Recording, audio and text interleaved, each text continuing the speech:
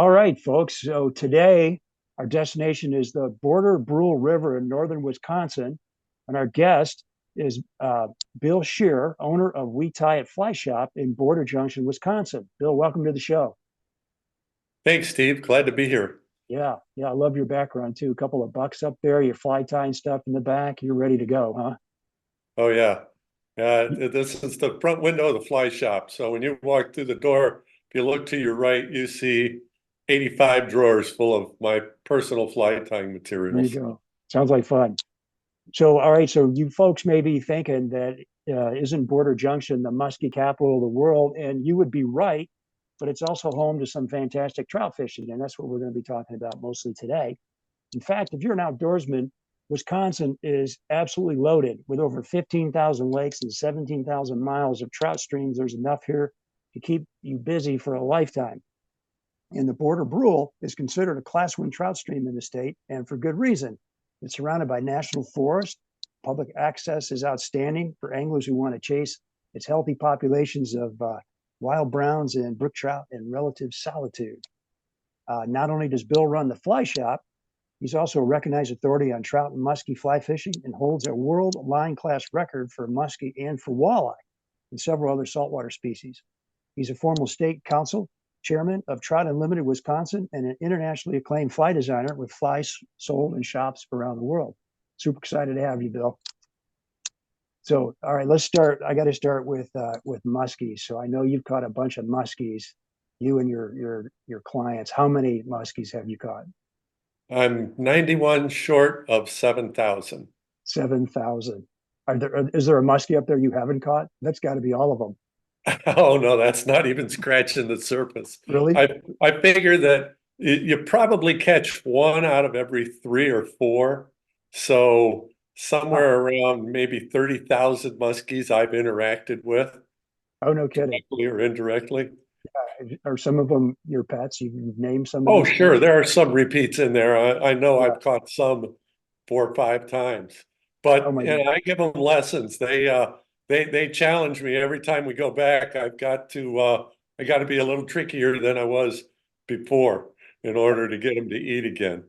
I had a guide tell me that a fish gets 1% smarter every time you catch it. I'd say it's probably more like about 15 or 20%. And they get big and hard to catch.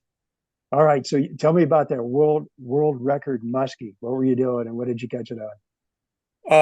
Well, it was late in the year, not super late. It was in the end of October. There was a huge front coming. We could actually see it in the background. I had seen a big fish um, came after us twice in the same area, so I knew where the fish generally was. And I had a day off with a buddy of mine. I said, we're going to go after her. This storm's coming in. That big fish is going to be eaten right now. Uh, So we got out on this deep lake, but not a big lake, which is just about ideal for growing a few big muskies. And got into position, got in the right spot. About the second or third cast, the fish follows me in and came in hard. I mean, I thought it was going to eat. And this is a, 45-pound fish. It's a big fish. Holy smokes. And came in hard and veered off at the boat. I threw back at it, came back in. It came back in like 3 or 4 times, but it would not take. I Huh. changed flies. I got it to come back again. It just wouldn't take. And I was up on top of a sandbar and there was a drop off right near me, but I wasn't on top of it. Yeah. And about after about 10 minutes of casting, a smaller fish came in. Not a little fish, but a smaller fish. Yeah. Sometimes these big fish will tolerate what I call a buddy muskie, Huh. another muskie that they're bringing up because they know that they're getting towards the end of their time and they're going to hand off the territory to somebody else. So this buddy muskie comes up and comes after my fly.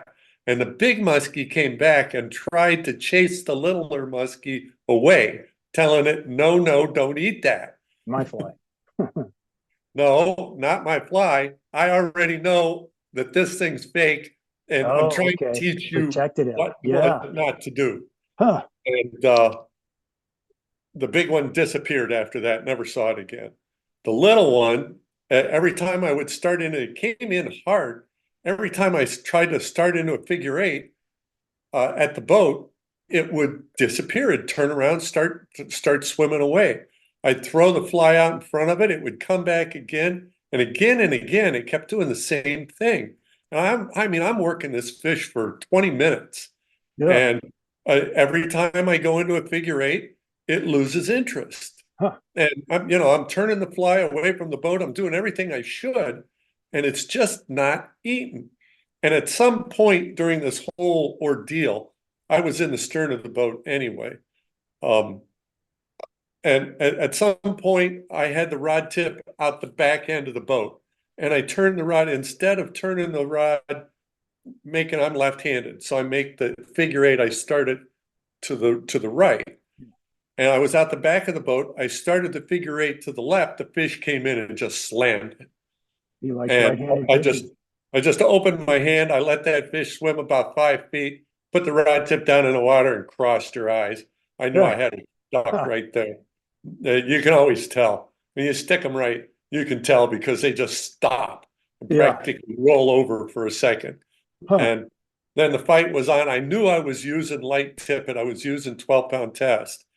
And there was a lot of logs underneath of us down on the bottom of this bay that we were in.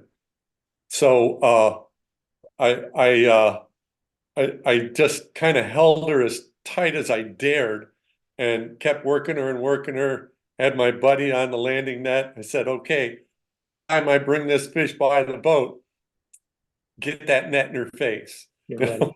And Yeah. so it worked. We got it in. And after we got the fish landed and I start to remove the hook, I found out why it lost interest so much. It only had one eye. It Oh, no didn't have kidding. an eye on the left side of its face. Huh. So every time I made that turn with the rod from the right to the left, it lost vision. Huh. No So kidding. it had an old scar on its gill plate that came up through its eye, and the skin had grown over the eye. So there was no chance that that fish could see out of Wow. that side. I That's wish I amazing. would have taken a picture of it. I didn't think about it at the time. I mean, we knew that line class was open. There was Yeah. nobody had a fish in that line class. It So was a 12, 45-inch fish. It was 25 pounds, so it wasn't a baby. right. 48-inch 45. fish, 25 pounds, but it wasn't the big one that I was Oh, after. can you imagine? Have you seen that guy again? What do you think? No, nobody's ever seen that fish again. There was 5 of us guides who knew about that fish. And after that winter, nobody ever saw it again. Wow. That's fascinating. That's a great story. So let's talk about the state of Wisconsin. We had to talk about musky fishing if we're up in northern Wisconsin, right? Especially with you. You're an expert. But what is it about northern Wisconsin that maybe my trout angling, listeners aren't aware of? Well, let me talk a little bit about geography first. Yeah. As we know, Wisconsin is geologically really unique.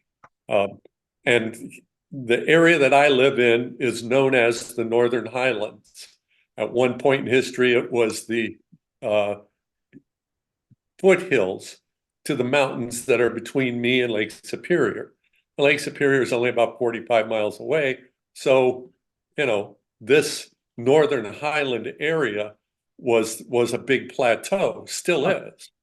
Yeah. And when the glaciers came through, chopped all the tops off of the mountains to the north, gouged out all these small kettle-style lakes that we have around here, that's what gave us this unique topography. So I sit at the top of the hill. Just north of me is 1,800 feet of elevation, right on the state line. That's only 6 miles away. You're at 1,800 feet up there. Yeah, just about. We're at 17, or Huh. rather 1685, I think, right here in town. But just north of Highway B is 1800. No So kidding. it goes up quickly from here. So, Yeah. I literally live at the top of the hill. The high lake wasn't named by two loggers smoking weed, you know. It's, There's a reason. it it is at the top of the watershed for the Manitwish River. The Manitwish becomes the North Fork of the Flambeau.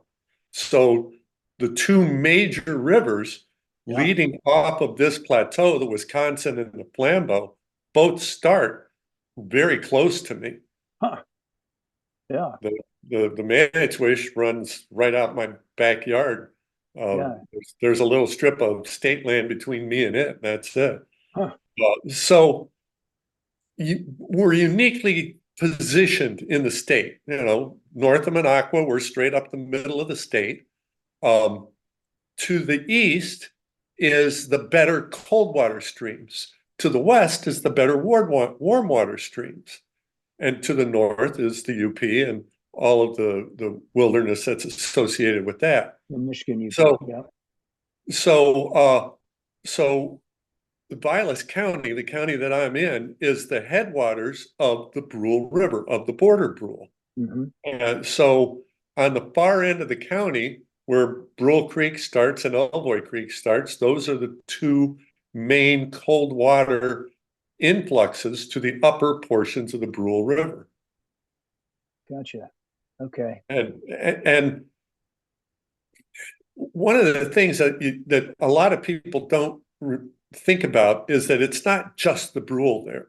There's the pine, the popple, the peshtigo, and the Border Brule. Those four rivers make up the major watersheds that flow east to Lake Michigan. All the water north of me flows north to Lake Superior, and all the water coming off of the plateau flows into the Mississippi. Yeah. You're kind of a So little mini continental divide. I am literally at the top of the hill. Yeah. Yeah. Oh, that's fantastic. You water your garden, who knows which lake it's going to end up in. Huh? Well, if you're a lucky snowflake, you get to the ocean faster if you land on the Lake Superior side. There you go. So you've got some really unique geography. And I mean, how would you rate the trout fishing in northern Wisconsin? What's it like up there? Well, it's unique because it's long run freestone streams for the most part. There's some spring creeks, but very few. Right around Boulder, we've got about 8 or 10 spring ponds, and all the spring creeks flow into a warm water lake. So those spring pond populations are pretty isolated. Yeah. They can't get out and intermingle with anybody else. Huh. So those are unique brook trout populations. There aren't any brown trout that are stocked, for that matter. There aren't any brook trout that are stocked up here either. Everything up here is a wild fish. That's awesome. With the exception of what we call the put and take lakes. Okay. DNR has about a dozen or so lakes that they stock with browns or brook trout or rainbows, depending on which species that particular lake happens to do best with. And those lakes are stocked. DNR puts them out. Anglers put them in, take them out. And they call those lakes two-story lakes.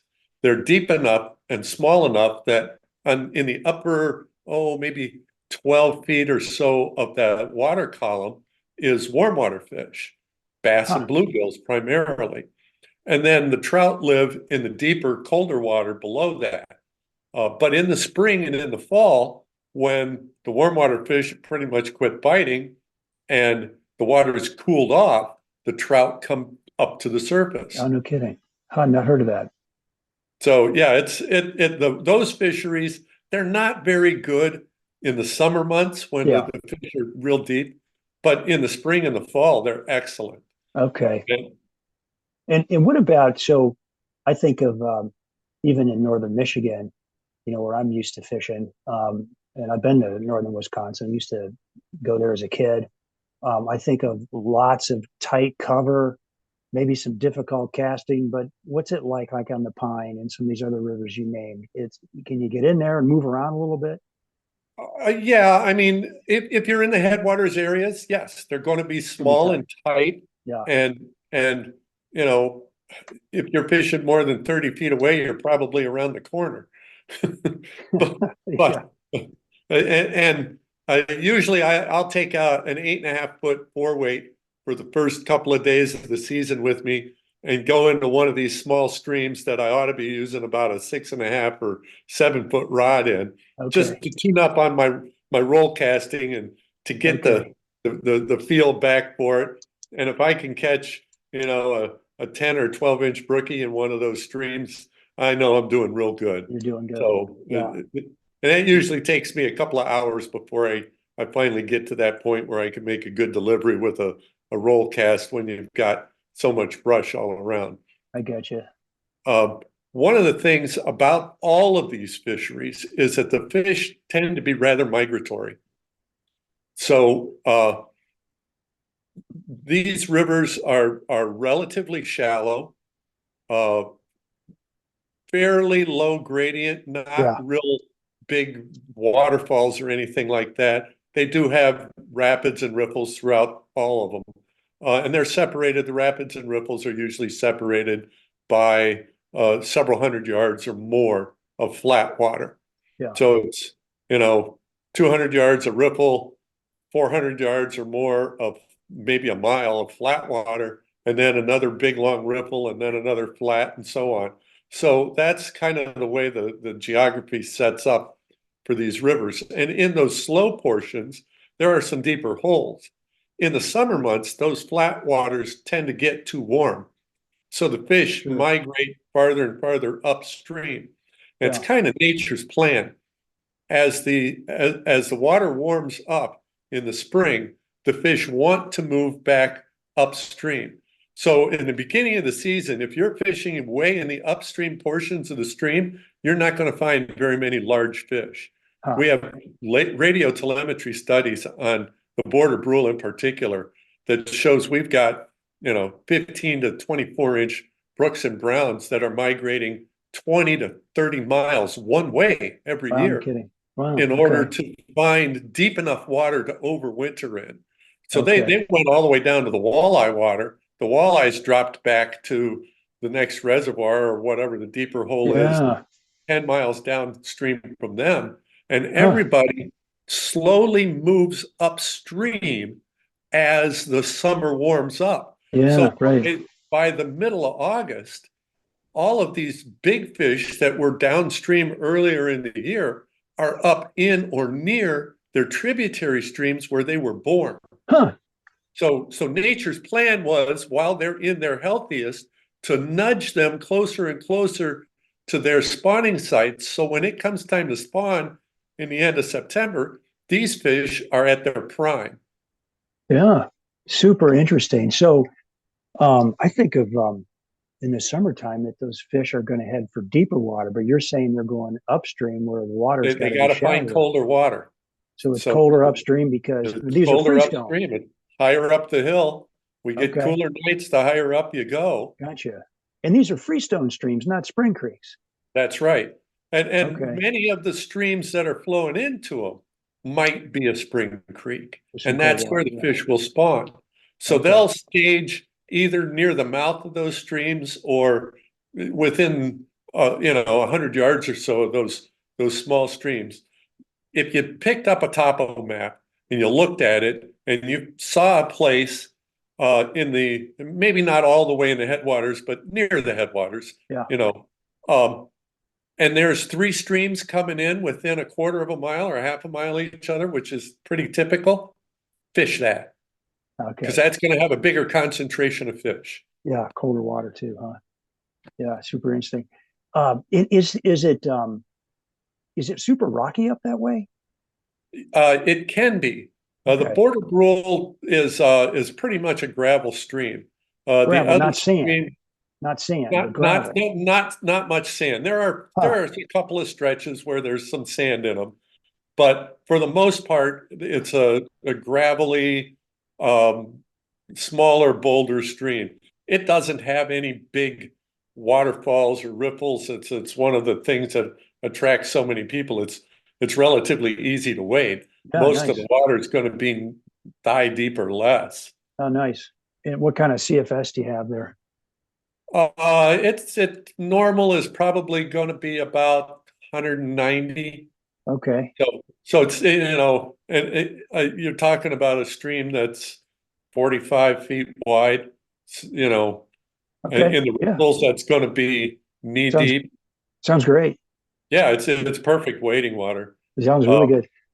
Wait, and, so and they're wooded. Don't expect there to be, wide open casting lanes everywhere that you can make a 90-foot cast on. That ain't gonna happen. you probably don't need to either, right? That's right. Yeah.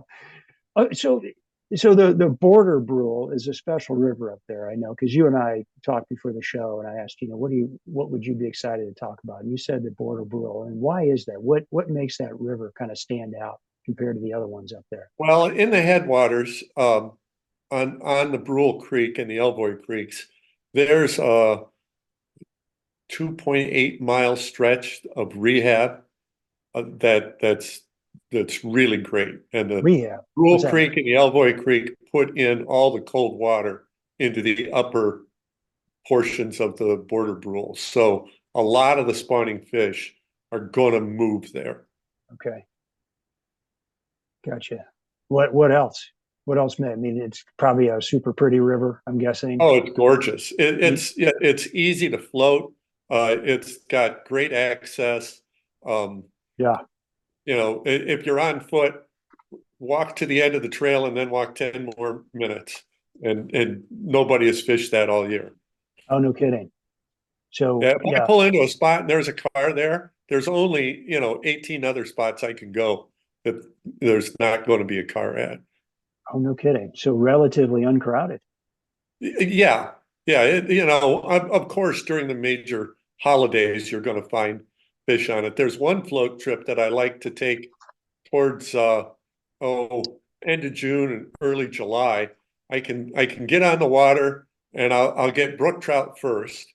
And then by the time we go a mile, we're into some pretty decent brown trout water. In Okay. another mile and a half down from that, we're catching some walleyes and smallmouths and maybe a big pike or a muskie by the time we end the float, another 3 miles downstream. So in a 6 mile stretch, I can go from trout to muskies. That's Yeah. pretty special. Wow. There's not many places like that. So you've got muskie in the Border Brule. Yeah, down closer to the lower stretches of it, absolutely. Okay. And do you have When the trout water starts to peter out, then you'll start to see those warm water fish. And of course, with our warming climate that we've had in recent years, we see those fish moving a little bit farther upstream. But there are enough tributaries on the Border Brule, cold water tributaries, that it keeps the water keeps it cool? cool in those areas, which might be Right. a block for those fish. Where is the quality trout water? Can you give us some direction on that? Well, from the headwaters all the way down to uh geez. Um there's a there's an old logging dam down there. Golly, I can't remember the name. Uh Below the town of Pentoga. What's the name of the town? Pentoga. Pentoga. Okay. Yeah. Yeah, All right. I mean, we're talking another 8 miles or so downstream from there. It's still good trout water, Still pretty especially in the good. spring, because all those, so many fish move way down into that lower section, and they don't start moving up until the water starts warming up in the Yeah. spring. This year, with the mild winter that we've got, we're going to see those fish move sooner A little than what earlier. they normally do. Okay. Yeah, I was going to ask you, when does that migration start? It starts in the Well, spring then. last year it didn't start until almost Memorial Day. Oh, really? Interesting. Well, we had record snowfall here last winter, not this winter, but the Last winter. winter before, Huh. and and it all melted in a week. So we had a huge flush of water go down that was really cold, Yeah. and it it kept the river cold for several weeks longer than it usually does. That's super interesting. Okay, so describe, like the cover that trout have available to them. You said it can be rocky. Is there a lot of wood in the water, like you get over in Michigan, maybe, or Yeah, what's? there's plenty of wood in the water. Mhm. In the riffle areas where the fish like to hang out, Yeah, um, you're going to have wood, you're going to have rocks, you're going to have overhanging tag alders and things like that. Um, there's some places where there's cold water seeps that come in, and a big brown or a big brook trout will plaster themselves right up against the bank yeah, in 6 inches of water that's because cool. that water's colder. Yeah, And they'll just sit in that seep until, early in the morning or late in the evening. yeah, that's cool. And then they'll move out and feed from there. I bet The you know hatches all. on the Brule are just incredible. Oh, is that right? Yeah. Let's talk about that. Tell me about the hatches. Yeah, we can fish the Henriksen hatch some years through the middle of May, which is unreal. Yeah, really? Um, Huh? Mother's Day caddis hatch has been super strong for the last 3 or 4 years. The sulfurs have been so-so, Yeah, kind of a long, drawn-out hatch these days, not a real big blanket hatch. The yeah. brown drakes are to die for. Oh, really? How long does that Yeah, hatch last in your area? that'll last about 10 days, and they come right in front of the hexes.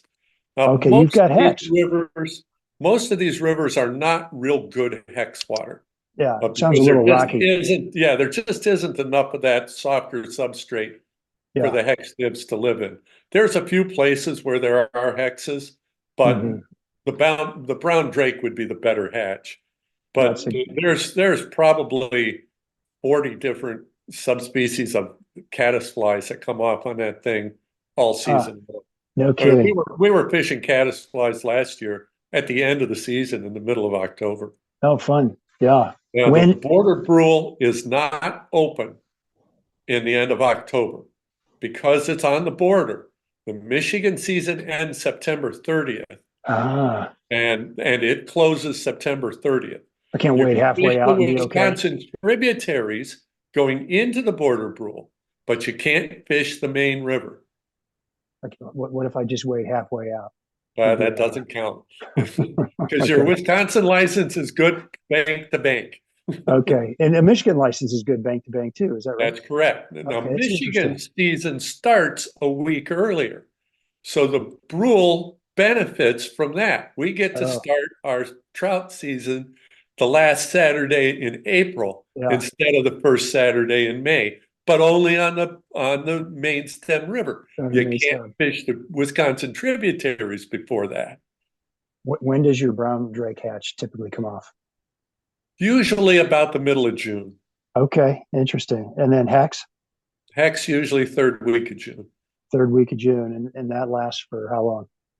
Well, on the border brule, it's not going to last long. It's going to be maybe a week or 10 days at the most. Okay, and Uh, you get Henderson starting in April, running into May. Henriksen's will start some years in April. I would expect them to start in April this year. Okay, what's your favorite Hendrickson pattern? You got a local tie up there? Yeah, I've got a couple that I use. I like a real nice big bushy one. I Huh, actually fish more wet flies than I do dry flies these really? days. Anyway, yeah, I'm just an old-fashioned guy that That's all loves right. wet flies because I like to catch bigger fish. I keep running into you guys. I just did a show on the White River and with Davey Watton was his name, and he loves wet fly fishing for those big hogs they got down there on the White River in Well, yeah, there's Arkansas. a lot of those fish that they've learned that if you go up towards the top, you get stung too often. Yeah, So they right. eat the stuff, yeah, they eat the stuff down below. What's your setup for wet flies? How do you fish them? Usually I just swing one fly at a time. Huh, Occasionally I'll put on two, but most of the time it's just one. Primarily because of the kind of water that we have. I'll work a wet fly almost like an old-fashioned streamer. I'll let huh, it roll and slide and glide, and then I'll swim it back up. I'll mend it up underneath the tag alders. I'll tease the fish until they just can't stand it anymore and they yeah, got to eat it.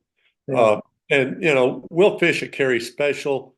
we'll fish some of my bigger, larger wets. I'm not Oh, afraid to fish, a size 6 wet fly. oh yeah, okay. When do you do you like to fish wet flies when there's an emergence and they're not quite busting out on the surface or the trout aren't quite taking them off the I'll fish a spot? wet fly anytime. Anytime, really. Say more Yeah. about that. Yeah. Well, those bugs, if they're emerging, the bugs are swimming up through the water column. Yeah. So if I use a license ring lift, for instance, So what uh, is that for everybody? so that's where you let the fly swing, and as it's swinging through the current, you give it a couple of little mends, what we call a check mend. Uh, And what that means is it checks the speed. It doesn't keep going faster. There's a lot of times when a fish is watching the fly, but it's going a little too fast for them and they know they can't catch it. You yeah. throw a check in there and that fly pauses for an instant, he's Uh, lunch. boom. Yeah. And then Can't at the stand it. end of the swing, if you don't get anything, drop the rod tip all the way down to the water, hold it there for a couple of seconds, slowly lift it up to about eye level, and then drop the rod tip very quickly and get ready to set the hook because you're probably going to have a fish on it. That sounds like cheating. That sounds really good. That's the license ring lift. Have you ever stood there with your fly, 10 feet hanging in water, talking to your buddy, all of a sudden, bam, you got a fish? Oh yeah. Yeah, I'll go out fishing with some of my friends and I won't fish in front of them because it's not fair. Okay, yeah, okay. Okay. If your friends are listening, Bill still loves you. Let me see what else I was going to ask you about. Yeah, so what is it? What is a good day up there? I mean, average day, average anglers that you take out. Average day, average angler, you ought to be able to get a couple dozen brook trout. And if it's a cloudy day and you got a good hatch, you might run into one of those, you know, 3 pound to 8 pound browns that are in there. Oh well, Um, that'll work. it's not a big number of brown trout in the river, but they're large fish. Yeah. Are they The all biggest tough? I've seen is 30 inches. I Oh, mean, really? yeah, Okay. we're talking big fish. You ever follow the biologists around when they're shocking just to see what's really in those holes? They haven't shocked these things in ages. Really? There's very few holes. Huh. We don't have holes. It's just miles and miles of riffle and flats. So There's where are a those? couple, Go ahead. couple of old logging dams that created holes that are still kind of left over, Yeah. but there's not a lot of deep water. A So, deep hole on the Border Brule is going to be 4 feet deep, 5 feet deep. huh. So That's where are why those? they swim downstream so far to Yeah. overwinter, because those Can't get big out of fish there. can't make it through the winter in those shallow areas. So where are those big guys hanging out? Where are you going to find a big trout like that? Under a bank or what? Under a bank, under a brush pile, Okay. a tight corner that's a little bit deeper, that's got a Yeah. lot of tag alders in it. You Yeah. you better just make up your mind that you're going to fish the tags. Because if you Okay. want to get those big fish out of there, you're going to have to put it in their face. Yeah. A lot Yeah. of the supplies that I'll fish an old style, keel style zonker Oh, in either black or olive. And the keel style, the hook point rides up. yeah. Right. Keel flies. Sure. Yeah, so you can poke that underneath the branches a little bit more. I fish an intermediate tipped line a lot. Um, and then I'll just put on like 3 or 4 feet of 8 or 10 pound test tippet. Right. Intermediate sinking. Yeah. Really? Okay. So you're streamer fishing intermediate tip to keep it down. I Uh, might be wet fly fishing like that too. oh, really? Sure. Okay. So I you're want to putting get some. those wets down into those deeper Yeah. spots, and again, we're not talking about lots of depth. Yeah. We're just talking about getting it back in the branches far enough to get that fish to take a swipe at it. Huh. Super interesting. Yeah. What's your personal best? 32 inches Brown? brown. Yeah. Really? Uh, Tell me. my best brook trout was 22. Holy smokes! Really? We had our biggest one last year was 19. I had a guy break one off that I'm pretty sure Who was knows? 24. Tell me about that. How big was that brown? 30 what? That was a brook trout. Yeah. No, the brown. You mentioned the 30 Oh, inch. the 32-inch brown. I Yeah. I was fishing with a friend. he had macular degeneration. It was a Okay. hex hatch. I knew where the hexes were going to come off. Yeah. We went there one evening right at dusk. It was just about dark, and there's a little opening, maybe 10 feet wide in the tags. I get him out on the edge of the stream. He couldn't walk too far without falling over or something because he couldn't see anything. Poor guy. And there was two nice fish rising right out in front of him, maybe 15 feet away. And this is He at could hear nighttime, him. right? It was just about dark, not Okay. quite dark. All right. And I got him set up there, and he's working these two fish. And he says, why don't you fish too? I said, well, I'll walk upstream and see what I see. Well, I walked maybe 50 feet upstream, and there was a toilet flusher. That's a big fish, and it was coming up pretty steady. And I knew that I was on the deep side of the bank. I couldn't step in the water very far, or I was going to go, top of my boots. I was going to go 4 feet up, and I'd scare everything at that point. So I stuck out, and of course I'm 6'6". How are you? Okay. Yeah, and I got a 7.5 foot wingspan, so I can reach out there pretty far. Okay. So I stick my nose out there. I see the rise form, and he's a couple of feet off the tag alders, and that's it. So, and it's getting darker now, so it's harder to see. First cast, I throw up above him, let it float down through, nothing. And he rises again. I didn't scare him. So I threw up again, and I threw it maybe another 6 inches closer to the tags, nothing. And he rose again. He's giving me the fin at that point. So I said, well, okay, do or die. This is either going to work or it's not. And I threw a fly as close as I dared to the tags, and he took it. He did, really. Yeah. It was a hex dry? Yeah, hex dry. Okay. And it was 40 minutes later when I got that fish's nose up off the bottom. Seriously? Landed him. Yeah. Holy shit. What X tip were you using? You remember? I think I was on 3X. Okay. It was either 2X. It had to be 3X because I was using my 3-weight. I couldn't. A 3-weight. I couldn't raise him too much. Well, Gary Loomis built it for me, so it's a little different. He built me the blank. I built the rod. Nice guy, huh? Yeah, how about that? He's a buddy. What's your most memorable client moment?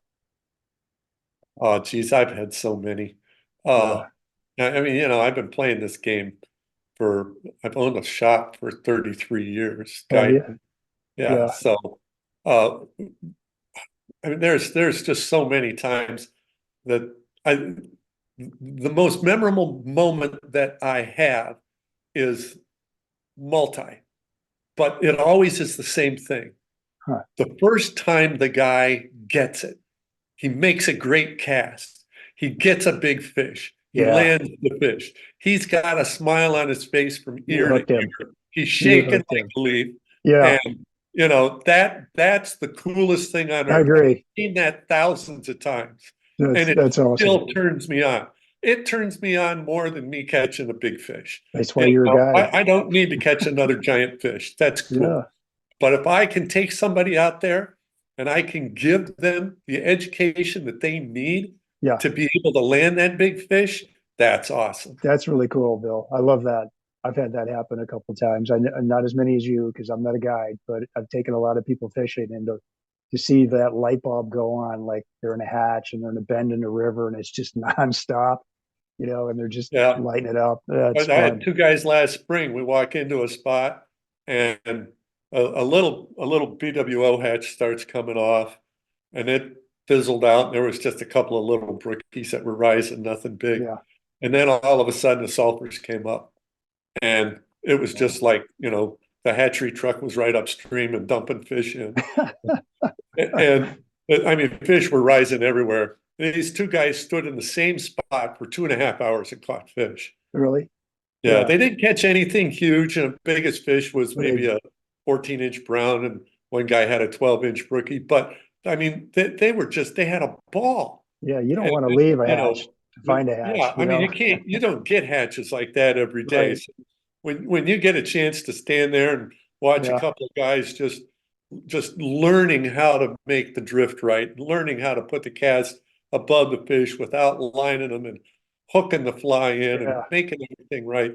That's just so cool. That's And super when they cool. had a tough fish that they had to rest that fish for a couple of minutes, after some time, they learned how to do that. You know, Huh. those are all great lessons for Uh, everybody. Wonderful moments. Yeah, you will hook an angler for life if you give them a moment like that. That's for sure. Oh yeah. Right. And Uh, and it doesn't matter if it's a muskie, a bass, a trout, you yeah. know, it doesn't matter what species of fish it is. Yeah. It's them having that opportunity to get into that kind of fishing because you know that doesn't just come along every day when you can get to fish Exactly. a great hatch. Yeah, exactly. Now, do you have like the mayfly hatches maybe just last a short period of time, but do you have, like caddis hatches that last all afternoon, or do you have some longer Yeah, hatches like that? and they won't be a big blanket hatch. It'll just be a few bugs Yeah. coming off here and there. But you know, if you start watching the rise forms, you can pick every one of those fish. Oh, okay. Now, do you just kind of prospect with a little caddisfly sometimes when you know that they're sort of coming off sporadically all afternoon? Yeah, some I fish downstream a lot with the wet flies, Yeah. and I've got a couple of kind of a Gary LaFontaine was a real good friend of mine. Oh, I've taken the LaFontaine sparkle pupa and I've kind of modified it for our uses up here. And whether it's bluegills or brook trout, that's almost a guarantee. If there's a fish in the water, they're going to eat it. So, huh. uh, if I see a fish rise on the far bank, I have the guy put the fly 5 feet above that thing or 10 feet above it, just let him drift it down to it, give it a little lift. That fish is going to go Good. for it. And this is a caddisfly pattern? Yeah. Oh, okay. What's it called? Well, it's a LaFontaine sparkle pupa, Okay. but like I said, I've modified that fly to be a little different than what Gary originally Oh, tied it at. interesting. Yeah. Super interesting. What's the funniest thing a client has ever said to you? Uh, let's see. One time I had a guy who owns a winery out in California. He comes every summer, and it, about three casts in, he catches a 42-inch muskie. He's just grinning like crazy, and he Uh, says, "Thank you, sir. Can I have another one right away, please?" yeah, that was easy. Where's the next? I want a 45 incher now, right? Right. I, I've Yeah. had I had a gentleman one time, and he brought his son and his nephew, and they were both teenagers, Yeah. 15 years old or so. And there was a pool that I really wanted the guy to fish. He's a very good trout fisherman. And I knew that there was several really nice browns and a couple of big brook trout in that pool. But I didn't want to, just put the boys off and leave them do nothing. Yeah. So I gave them a couple of wet flies and I set them up in a run. And I said to him, I said, okay, cast it out, let it drift all the way down, lift the rod tip, drop it, and then get ready to set the hook. And before we turned around and started walking away, one of the boys says, "Wow, that really works." I said, "Well, I didn't tell you to do it just to waste your time." Yeah. I've done this a little bit. You might listen. You might learn something. Oh my gosh. You guys run into wildlife up there when you're fishing? Oh yeah, yeah. What do you Bears, see? deer, Bear. bobcats, Okay. everything. Yeah. Yeah. Had any interesting encounters with wildlife? Uh, yeah, I've had some interesting bear encounters. Hmm. Usually, once they figure out what you are, they go the other direction. But Okay. I used to, when I was younger, I used to float the Border Brule at night with some friends. And we Yeah. all had one man, these little inflatable pontoon rafts. Oh, cool. And we would start out, one guy would start out and 10 minutes later, the next guy would start. And see, we'd give them about 10 or 12 minutes between each one. And if you caught it, the first guy, if you caught a big fish, he'd pull over, wait for the next two guys to go by. And we just hopscotch our way all the Yeah. way to Sounds the river. great. Yeah. And it was my turn. I usually took the back, as the last boat because I was going to catch fish. I knew that. Uh, and So it was my turn. I was in the front, come around a corner and it's pitch black. You know, you can see the stars overhead. That's about it. Yeah. River's about 45 feet wide or so, 40 feet wide. Maybe it goes down to 25 feet wide on some of the corners. And come around a corner on this flat, and there's big rock in the middle of the river. I'm like, there's no big rocks in the middle of the river here. You know, and I can feel the bottom with my feet. So it's only 2 feet deep or so. Yeah. And and all of a sudden the rock picks up its head, it's a big bear. Oh no. And then I'm about maybe 50 feet from it. And 50. I'm cranking back on the oars as hard as I can. Yeah. And the bear looks up at me and I yell, bear. And about the same time I yell bear, the bear realizes I'm a human. It takes off running through the woods, and you can hear it crashing through the woods. Yeah, that's kind of We cool. were in an area that had, like a cabin every half a mile or so. Yeah. And every cabin that bear ran by, you could hear the dogs barking for about 3 miles down the river. That's great. That bear's running right through the little stretch of cabins there. That's fantastic. Wow. Do you see many bears? I mean, is it common to see a bear up there? Oh yeah, they're pretty common. I live practically right in downtown Boulder Junction. I'm 2 blocks off of downtown, but I own a pretty good sized piece of property here, and every bit of wildlife that goes from the north side of town to the south side of the town has to come through my yard. I've got a big bear that comes in and terrorizes my feeders every spring. Oh, really? Yeah, my wife calls him Victor because he's got a big white V on his chest. Oh, really? He can reach up 8 foot and grab a feeder. So I've got my feeders way up in the air. Well, what's the answer to that one? You just put them up higher, or Yeah, put him up higher. He's too big to climb a tree, so he won't climb up and grab the cable. Yeah.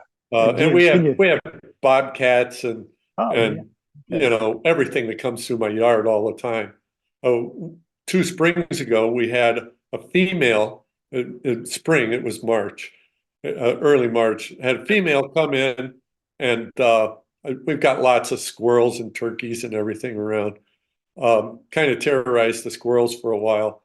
2 days later, she comes back with a young male, a kitten, leaves Junior off and disappears.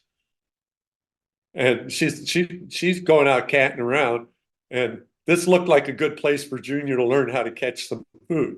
Yeah. Oh, really? Yeah, that's interesting. Yeah, that'd be kind of fun to watch. How'd Junior do? Did he catch something? He stuck around for about 4 or 5 days. Yeah. And then he went up the road about another 2 blocks to the restaurant across the street. And the headwaters, they were putting food out for him. So he hung around there for another couple of weeks.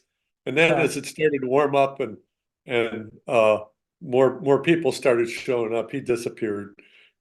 Sounds pretty remote out there. We've got a real good population of albino deer here. I just had a 12-point albino buck in the backyard a couple of days ago. Albino, really? Yeah. Huh. It sounds pretty remote up there. Oh, it is. I mean, Boulder Junction has a resident population of about 650 people. Okay, that's cool. And we're about 25 minutes north of Minocqua. We're 6 minutes from the UP. Right. And the UP trout fishing is something we don't disregard by any means. You really want to get remote, you go into the UP. Interesting. Yeah, I think the UP is a real hidden gem. Oh, the UP is a gem. There's no doubt about it. Yeah, it's hard to get people to even want to talk about it. Yeah. We've done one show up there. How are your mosquitoes? Last year they were real healthy with all that snow that we had. Healthy. Filled up all the wetlands for about half the season. Okay. This year I don't think it's going to be a problem because we got no water. Yeah. And we have no snow. I mean, we got 2.5, 3 inches of snow last night. We had nothing before that. So we're not going to have any runoff this year. Yeah. We're going to be in the 40s by Wednesday. All this snow is going to melt. The good news there is that it's going to go into the ground, and we need it badly because we're in a drought. Interesting. So, all right. Yeah, we're going to have we'll probably get too warm for trout fishing by the time we get into the middle of July or so again this year. You Yeah. know, we just shut it off then. We go bass fishing. Oh, you It's do. So you can't go up into those feeder creeks, or is it just too tight to cast up there? it's tight, but if the fish moved up into there and they're all Hmm. crowded and they're all trying to find food to stay alive, You want I to leave it really alone. don't want to pick on them. Yeah. You know, and if I'm guiding in one of those streams, Yeah. chances are the person that I'm guiding is not going to have the casting experience that I've got. Yeah. I've got a few clients that I'll take up into those places, but not very many, just because it does take a lot of skill to Yeah. For cast sure. in a stream that's, you know, 10 or 12 feet wide and Yeah. you only got 3 feet down the middle that you can actually cast in, and there's still tag alders growing out of it. Yeah. That Uh, would be a challenge. Probably be a yeah, frustrating day I'm for. in charge of our local TU chapter brushing committee. So we're working on two streams in particular in Vilas County that are both brook trout streams. Yeah. And we're brushing those, and every year we do another couple hundred yards. What So does that mean? What's eventually, what's that mean, Bill? Brushing. well, so on streams that Trout Unlimited has done uh, habitat projects on in the past, Yeah. we have I call up the local fish manager. I say, hey, we want to go in and do some remediation. That means that we can cut any brush that's hanging over the water. We can't cut brush off the banks. We can't move logs around or anything, disturb the stream bottom, but we can Ah. cut the brush back. And that Huh. allows more sunlight to penetrate, which grows more aquatic plants, which grows more bugs, which feeds more fish, increases our fish populations. These are small streams anyways, so they're not going to have, you know, gigantic fish populations. It's not Right. like the driftless. It's too much winter up here. Okay. Um, so we're never going to get, you know, 2 or 3 thousand fish per mile out of these streams, but we do get larger fish. We got one stream that we're getting 13 to 15 inch brookies out of. Not all of That's them are that nice. big, of course, Yeah. but you know, when you take a stream that's only 10 or 12 feet wide and it's only 3.5 miles long, and you can do that with natural reproduction, it hasn't That's been nice. stocked in, you know, 50 years. That's great. What Uh, a resource. yeah, it's really, really great stuff. So we're slowly building our areas of brushing, and we don't want to brush the entire stream. We just Ah. want to brush some places, give the fish some solitude, some rest. If you're good enough to fish in those places, go for it. They're Ah. there, you know. But other places where the stream's a little wider and a little easier for other people to cast, and there's been some habitat restoration work that's been done on them, uh, you know, we feel really good about being able to open up that water for angler access as well as for making sure that the stream stays healthy. Do you have some mining issues up there? Some pollution We from don't mining? where we're at. Up here on top of the hill, we don't have the mining issues, but we Okay. have mining issues close to us. Uh, Ah. but they're downhill. And Boulder Junction, where I'm sitting right here, right now, is 1,000 feet above Lake Superior. Yeah. So Ah. the mining occurs between me and Lake Superior. It's not going to Okay. affect any of my local water. Um, Okay. but regionally, we are, you know, we're always keeping our eyes open and urging state resource agencies and state legislatures uh, to do the right thing, to not let those mining interests Keep them get in away. and ruin all those fisheries. Because there's a big mine proposal on the Menominee, isn't there, on the Michigan There's a side? big one on the Menominee. There's another one just south of the Porkies. It's going to destroy Uh, the Iron River and the Porcupine Mountains. oh, really? Oh, Yeah, I've been there. I was there as a kid. It's yeah, beautiful up it's there. gorgeous. It has beautiful fishing in it. It's got wild browns, brooks, and rainbows. It gets Atlantic salmon in one of the streams. It gets pinks in Really? another one, you know, and to see those watersheds in jeopardy just Uh, scares me. that you could just get lost in a good way up there, couldn't you? Starting where you are, Oh just work yeah, your way all there's up. places that I I usually don't take people fishing unless they're young enough there. Yeah, Um, I'm 68, but I'm in pretty good shape yet. good for you. And I can climb down into a 600-foot deep canyon and get my way back out of it again. And the brook trout fishing in places like that is It's worth it. you can't believe it. Yeah, it's worth it. All right. So, how did you, are you from this area? How'd you end up in Boulder Junction? So I grew up on a boys and girls summer camp that my parents owned uh, just south and east of here a little ways in Conover, small Huh, town north of Eagle River. And huh.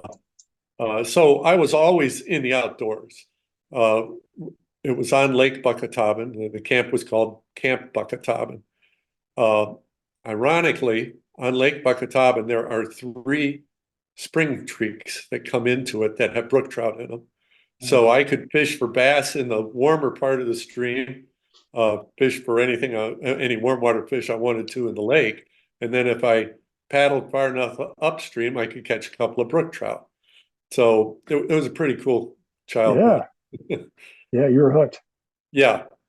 So yeah, I knew when I was 10 years old that I was always going to live here. I Nice. have five other siblings, and none of them live in Wisconsin. Oh, really? No kidding. Huh. Everybody else has moved elsewhere for employment. And if you're going to live up here, you better bring your own job. Yeah. I was in the school bus business for a number of years. I was chief of maintenance of a fairly large school bus company, Okay. and I did that until I stored away enough chips that I could make my own fly shop and Good for leave the you. rest of the world behind. Yeah, good for you. Okay, so I've got to ask I've been fly fishing and fly tying for over 60 years. for six, my goodness. All right, so here you are in the middle of musky country. You open a fly shop. Yeah, Like, why not just a fishing store? because I'm a fly angler. Okay. I owned a fly rod right after I owned a cane pole. Okay. Good answer. I love that. I Do feel I like, know how to use those other types of equipment? Yes, I do, yeah. but I don't own one. Oh, really? Interesting. Yeah, So but you're always, already yeah, got 5 world records. I don't need one of those kinds of rods. yeah, right, right. Hey, tell me about some of your fly patterns that you've come up with.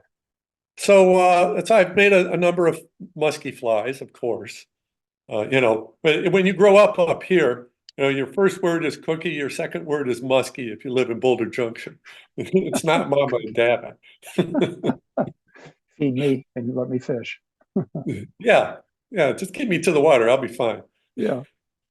So I've made a number of those types of patterns. I've made a number of warm water patterns. I actually started fly fishing for warm water fish to bring attention to the sport in the 70s and 80s Huh. because it was overlooked up here. And Yeah. you could talk to anybody and ask them if they fly fish. And they all said, "Oh yeah, I fly fish for bluegills and crappies when they're on the beds." Yeah. And then I put my fly rod away and I go back to catching walleyes and whatever else they want to Right. catch. And, Yeah. because back in those days there weren't a lot of musky fanatics like there are today. Um, so everybody had a fly rod.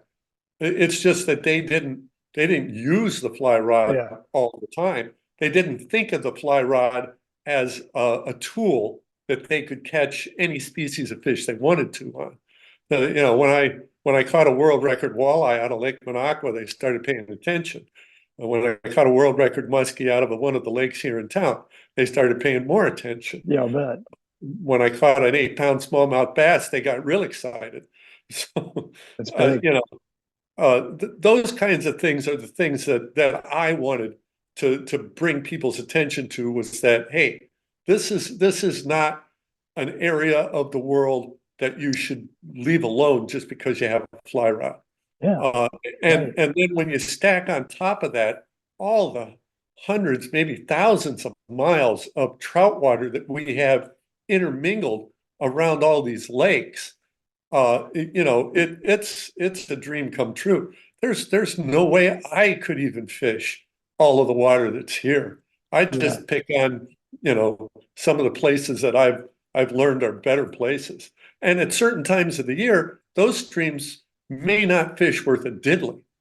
There's my favorite brook trout stream doesn't fish well until the end of September. Huh, really? The Yeah, migratory things? Is that what's going yeah, on? well, those fish have moved up from farther down river where they're real dispersed, and they concentrate in an area that's perfect spawning habitat for them. Okay. Yeah, super interesting. So you almost you created a market up there, it sounds like.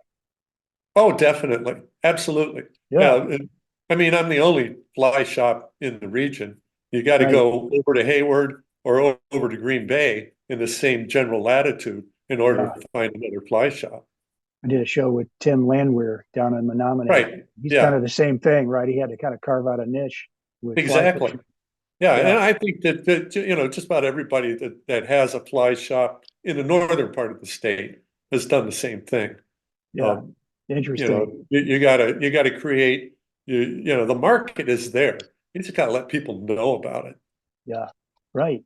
All right, I want to ask you kind of a little deeper question. I'm kind of curious, and you've been doing this a long time, and I'm wondering, what have you learned about people through all your years of running a fly shop and guiding?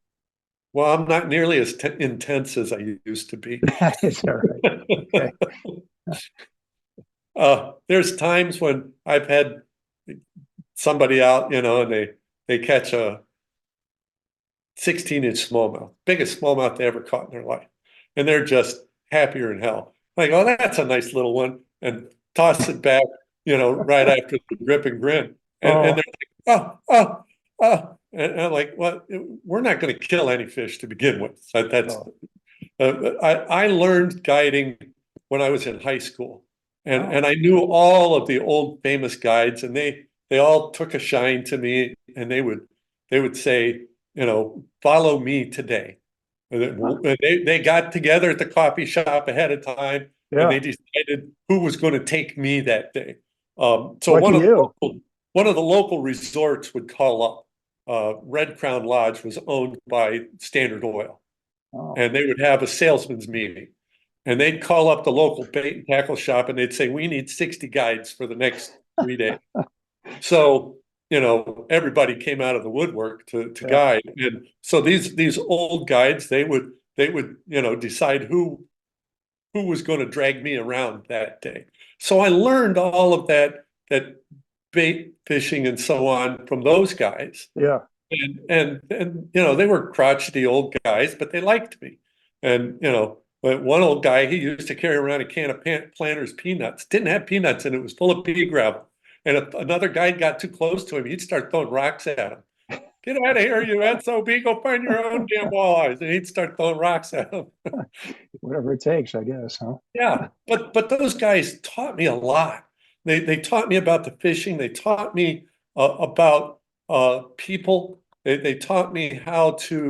how to treat the fishery. And even though they exploited the fishery uh, to the utmost, they still managed their fisheries. They would never go back to the same spot day after day after day and Yeah, fish dry. They would never do that. yeah, And so I don't either. I never fish the same stretch of water more than once a week. yeah, That yeah. that's my rule. That's my own personal rule. I don't care how good it's fishing. I won't go back to that same stretch day after day. Rest it. Yeah, Yep. got to rest it. So if you could go back 30 years and have a conversation, a little sit down with yourself, what would you tell yourself? Slow down. Really? Yeah. Slow down. Don't go through the stream like a bull moose in rut. You Oh, know, fishing wise. Okay. fishing wise. Yeah. What else? As far as a life lesson, what would I tell myself? Oh, geez, there's a lot. I'd have to have a really long conversation. We'll pick one thing. The one Less thing I'd intense. say, the one thing I'd say is, what goes around comes around. If Huh. you're nice to people, people are nice to you. Yeah, I love that. If you're honest and sincere with people, they will be Yeah, honest and sincere with you. yeah, That's the number one thing. And I never had to lie to anybody to tell them or to impress them yeah, that I knew what I was doing, you know. right. It pretty much speaks for itself. Yeah, If you didn't have a good day with me, uh, I'm really sorry because I tried my best. you worked hard. So what's ahead for Bill Shear? Well, I know that I'm not going to be able to row a boat forever. Somebody asked me last year, what are you going to do when you retire? I said, I'm going to go fishing. That sounds like a guide to me. That's a dyed-in-the-wool guide. What do you do on your day off? I fish. I never used to get days off, and I had to work a couple of days off in now because it's not quite as easy as it used to be. Yeah. It's the good thing about fishing rivers is it's all downhill. Yeah, I guess so. Especially if you're fishing wet flies downstream, right? Yeah, you're always getting closer to the car Uh, with every stroke. but you think fishing slower is a good idea, not Yeah, faster. not fast, Interesting. slower. What, slower, like Slow why down slower? Why slower? because if you see 5 fish in your area, Yeah. there's 25. Ah, You want to catch 5 or do you want to catch 25? gotcha. Don't leave fish to find fish, maybe. Yep. Yeah. Now there's a certain point where, I'm fishing a spot and we've caught 8 or 10 fish out of that spot. We rested it once or twice and we Move caught on. 1 or 2 more. I'm like, you know what? I know there's more fish here, but they know we're here too. Yeah. So, let's take our bat and ball and go find a fresh field. Um, Right. and sometimes we can just, depending on the stream or the stretch of stream that we're in.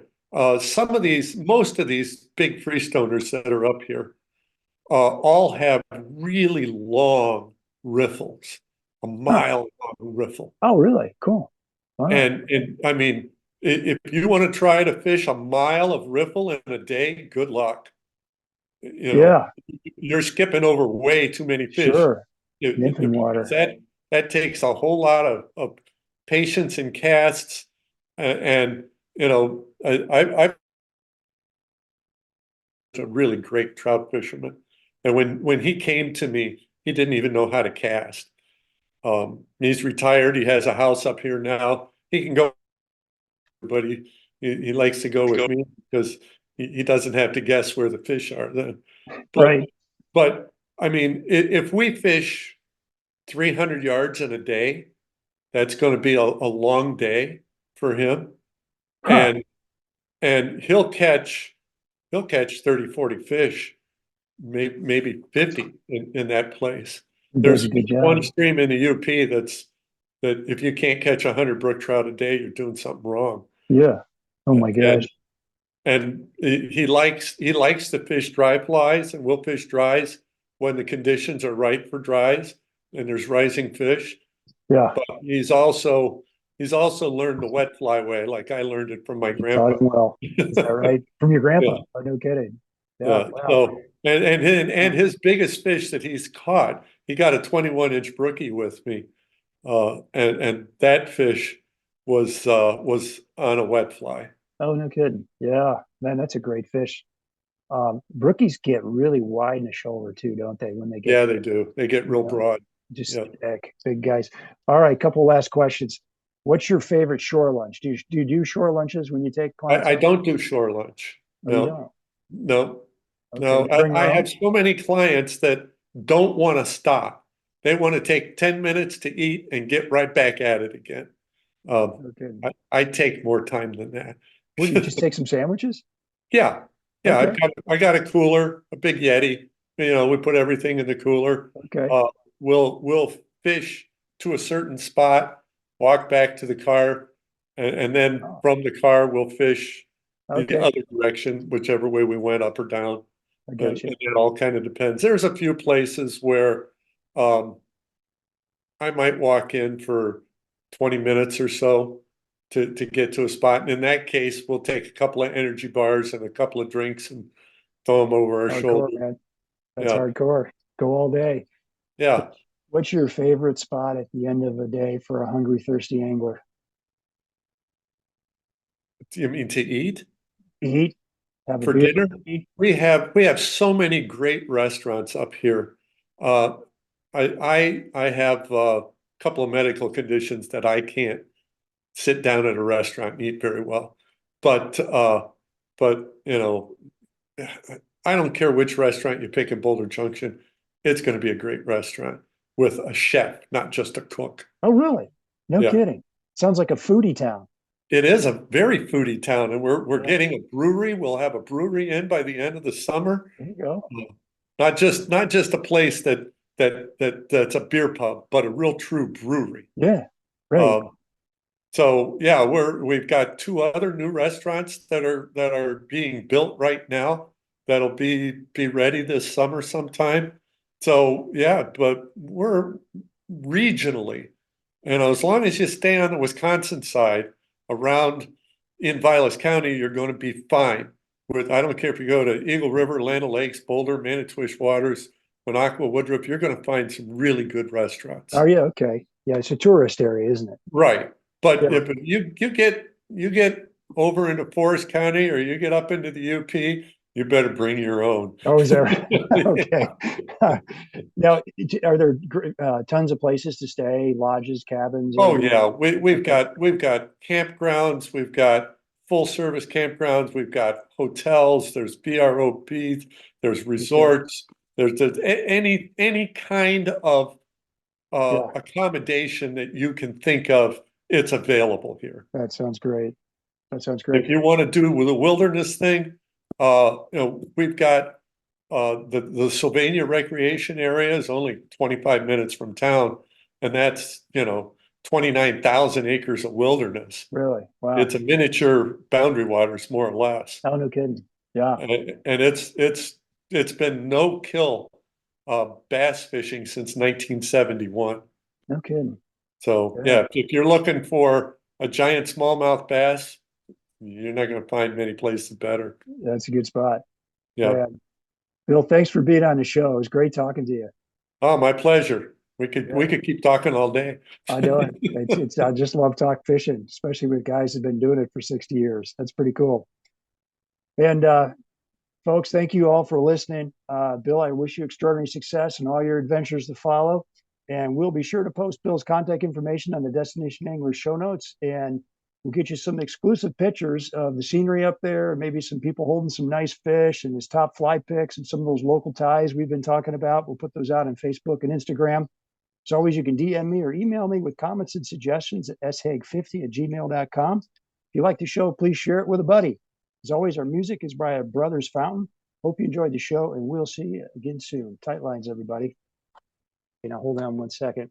I'm going to pause things. Then I'll pause.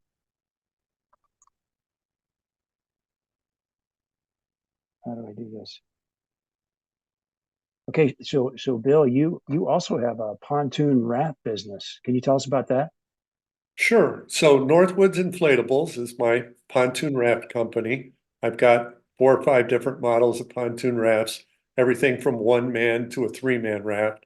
Uh, they're silent, they're durable, they're easy to handle, they're light enough weight that 2 people can move them from the car to the river without Very any good. problem.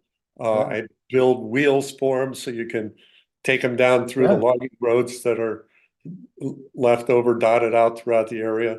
The pontoon rafts are, as far as I'm concerned, the way to go Huh. because the fish don't know you're there. You can get right up on top of them. They see logs floating down the river all the time, so when a pontoon comes over the top of them, they don't get excited about it. Huh. Fascinating. And are your feet, is it like a raft where your feet are on the bottom if you want them to be? So, Or so in my rafts, I make them 2 different ways. I make them with a solid floor. And about it's about 50-50. Some people want a full floor yeah. all the way through the entire raft. In others, the angler has a solid floor.